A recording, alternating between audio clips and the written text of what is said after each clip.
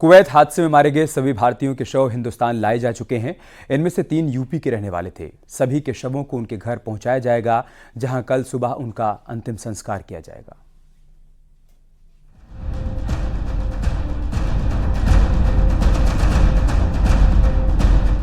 Kuwait में 45 भारतीयों की मौत ने पूरे देश को सन्न कर दिया। जिसने भी ये तस्वीरें देखी वो हिल गया। कुवैत से 45 भारतीयों के शव लेकर वायुसेना का विशेष विमान केरल के कोच्चि पहुंचा। वायुसेना के C-130J सुपर हरक्यूलिस विमान से 45 भारतीयों के शव केरल के कोच्चि लाए गए। इस विमान में केंद्रीय विदेश राज्य मंत्री कीर्तिवर्धन सिंह भी मौजूद थे। केंद्रीय विदेश राज्य मंत्री कीर्तिवर्धन सिंह कल ही कुवैत पहुंच गए थे, जिसके बाद उन्होंने कुवैत के अधिकारियोयों से तेजी से शव ले जाने के मुद्दे पर बात की। मृतकों में सबसे ज्यादा 24 केरल, 5 तमिलनाडु, यूपी के 3, बिहार के 2 और झारखंड का 1 निवासी शामिल है। कुवैत में हुए अग्निकांड में यूपी के जिन 3 लोगों की मौत हुई है, उसमें गोरखपुर के 2 युवक भी शामिल हैं। गुलरिया के रहने वाले जयराम गुप्ता और जटेपुर के रहने वाले अंगद गुप्ता की मौत हुई है। अंगद गुप्ता लगभग 9 वर्ष पूर्व कुवैत गए थे और वहां पर एक प्राइवेट कंपनी में कैशियर का काम करते थे। एम्बेसी से फोन कॉल के जरिए उन्हें अंगद की मौत के बारे में पता चला। तभी से परिजनों का रो रो कर बुरा हाल है। परिवार की खुशी के कारण कुवैत कमाने गए अंगद गुप्ता का परिवार इस वक्त हमारे साथ है। कुवैत में जो दर्दनाक दुर्घटना हुई उसमें अंगद गुप्ता की भी मृत्यु हो गई है और अब उनकी बॉडी वहां से लाने की प्रक्रिया चल रही है। कल वो बॉडी गोरखपुर पहुंच जाने की उम्मीद है। उनकी पत्नी, 2 बच्चे और एक बेटी है। परिवार के अन्य लोग भी यहाँ पे मौजूद हैं। मंगलवार को बात हुई थी, शाम को भी मंगलवार को ही बात हुई थी। आप कुछ कहा था? कुछ नहीं कहे, बस घर परिवार के बारे में बात कर रहे थे। इसके पढ़ाई बारे में, इसका एडमिशन होने वाला है, कब होगा एडमिशन। इसका एडमिशन हो चुका है, ये मतलब फार्म भर रही है, इसका कुछ निकल रहा है, नहीं निकल रहा है। ग्रेजुएशन कर लिए। बस हम यही चाह रहे हैं मेरे बच्चों का जो पालन पोषण है वो पूरा हो और पढ़ाई वढ़ाई जो चल रहा है वो भी हो, और मेरी लड़की ग्रेजुएशन कर ली है, उसको कृपया एक नौकरी अच्छी दी जाए। पापा चाहते थे कि हम पढ़ लिख के अच्छे से सक्सेस अचीव कर लें। वो हमेशा बोलते थे पढ़ाई पर ध्यान दो, फ्यूचर ब्राइट करो और गोल अचीव करो अपना, और जब भी पैसे की ज़रूरत हो तो हमसे बात करो। पूछ रहे थे पढ़ाई लिखाई कैसी चल रही है और घर जो बन रहा है वो कहाँ तक हुआ है, कितना बाकी है, ये सब पूछ रहे थे। तो पापा का सपना पूरा करना? जी, चाह रहे थे हम सब अच्छे से पढ़ लिख कर सक्सेसफुल हो जाए ताकि घर परिवार देख सकें।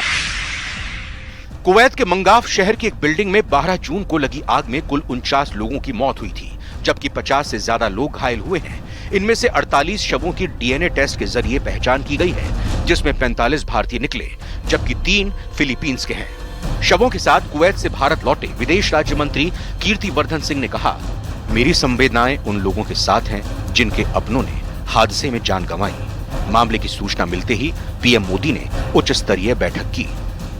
उन्होंने हमें तत्काल कुवैत जाकर भारतीयों के इलाज और शवों को देश वापस लाने की तैयारियों का मुआयना करने को कहा। कुवैत के अधिकारियों ने पूरी प्रक्रिया में हमारा साथ दिया। भारतीयों के शवों को एयरपोर्ट पर श्रद्धांजलि देने और इन्हें परिजनों को सौंपने की तैयारी की जा रही है। शव की पहचान के लिए ताबूत पर मरने वाले व्यक्ति की तस्वीर लगाई गई है। Bureau report, news 18।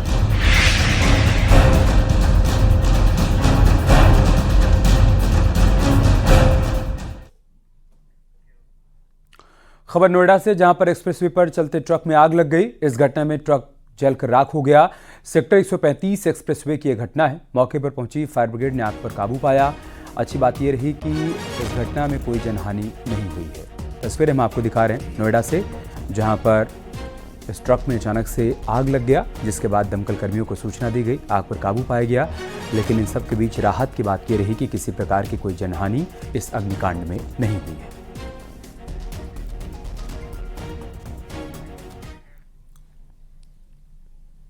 उधर सहारनपुर में बजरी से भरा एक ट्रक ट्रांसफार्मर से टकरा गया। ट्रांसफार्मर में टकराने के चलते ट्रक में आग लग गई। गनीमत रही कि ट्रक सवार 3 लोगों ने कूदकर अपनी जान बचाई। बताया जा रहा है कि ड्राइवर को झपकी आ गई थी, जिसके चलते ये हादसा हुआ। आग लगने से ट्रक पूरी तरीके से जल गया। आग लगने की सूचना मिलने पर मौके पर पहुंची फायर ब्रिगेड की टीम ने कड़ी मशक्कत के बाद आग पर काबू पाया। थाना फतेहपुर क्षेत्र के कलसिया रोड की यह घटना है।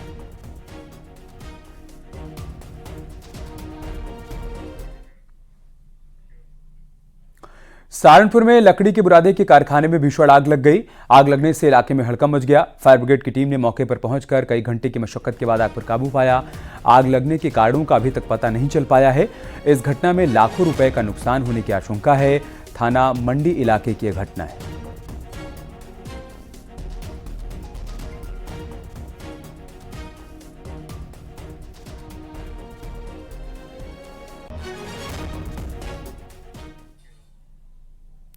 आगरा में आवास विकास परिषद की ओर से आवासीय जगहों पर अवैध रूप से व्यावसायिक निर्माणों पर कार्रवाई लगातार जारी है।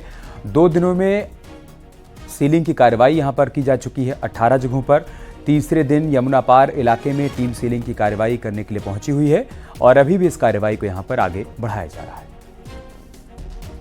हम लोग पिछले 3 दिन से अभियान चला रहे हैं।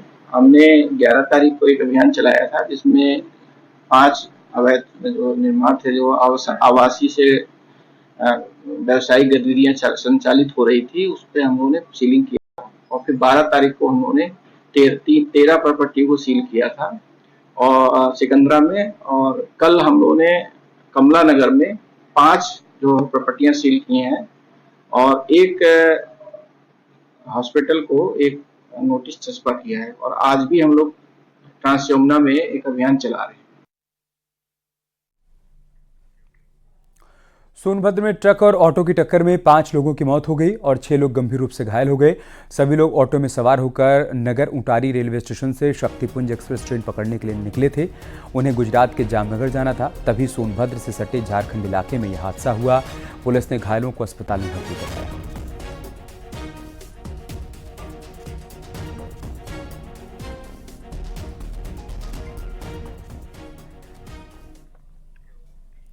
मुजफ्फरनगर में नेशनल हाईवे 58 पर रोडवेज बस पलट गई और इस हादसे में बस में सवार दर्जनों यात्री बाल बाल बचे। हादसे में 2 यात्री चोट लगने से घायल हो गए। रोडवेज बस देहरादून से दिल्ली जा रही थी। मंसूरपुर थाना क्षेत्र में हादसा हुआ।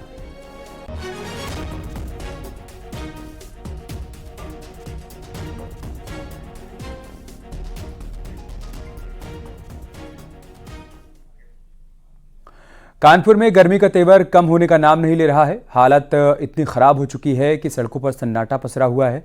फल मंडी, सब्जी मंडी और जूस की दुकानों पर भी सन्नाटा पसरा हुआ है। लोग घरों से बाहर नहीं निकल पा रहे हैं। मौसम विभाग की माने तो तापमान रोजाना दोपहर तक 46 से 47 डिग्री तक पहुंच जा रहा है।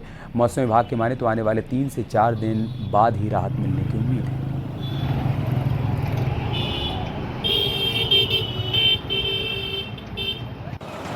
नौ तपास समाप्त होने के बाद भी गर्मी खत्म नहीं हो रही है। आसमान से आग बरस रही है और धरती तप रही है। और ऐसे में न्यूज़ 18 की टीम इस वक्त शारदा नगर में खड़ी है, जो सबसे बड़ी फल मंडी आप देख सकते हैं। जहां तक कैमरे की नजर जा रही है, पूरी फल मंडी खाली पड़ी है। यहाँ 250 से ज्यादा दुकानें, मगर ग्राहक के नाम पर एक भी ग्राहक इन दुकानों पर नहीं खड़ा है।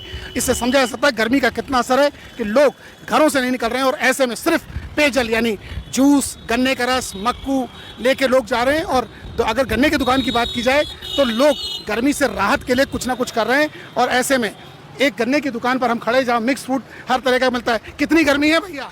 बहुत। तो गन्ने का रस पीने आए हो? हाँ। तो थोड़ा राहत मिल रही है गन्ने का रस पीने से? राहत मिल रही। सर गर्मी कितनी है सर? बहुत गर्मी सर, बहुत गर्मी है।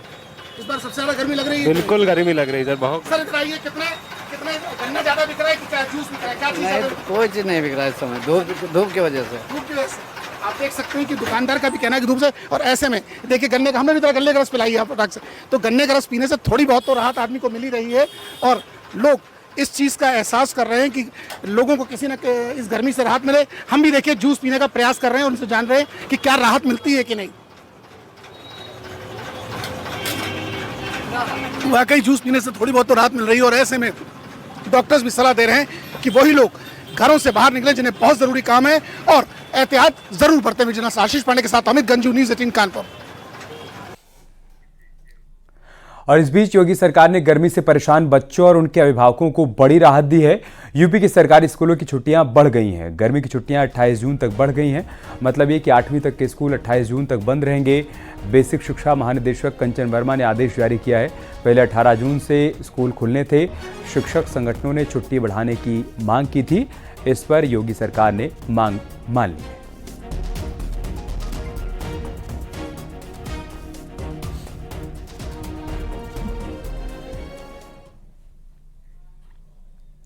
अलीगढ़ से खबर है, जहां पर दरोगा ताहिर अहमद रिश्वत लेते हुए कैमरे में कैद हुआ। कागज में लिपटे रुपए जेब में रखते दिखाई दिया दरोगा।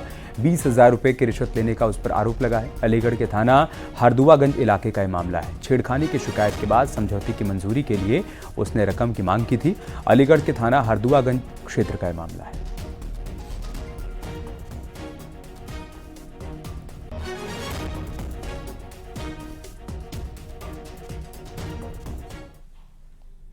खबर हाथरस से, जहां पर ओवरब्रिज के नीचे एक शख्स का शव मिलने से सनसनी मच गई। सूचना पर पहुंची पुलिस ने शव को कब्जे में लिया और पोस्टमार्टम के लिए भेज दिया। गोली मारकर हत्या किए जाने की आशंका है। मृतक का नाम योगेश उपाध्याय है, जो राशन डीलर है। हाथरस जंक्शन में धौलपुर की घटना। फिलहाल पुलिस मामले की जांच पड़ताल कर रही है।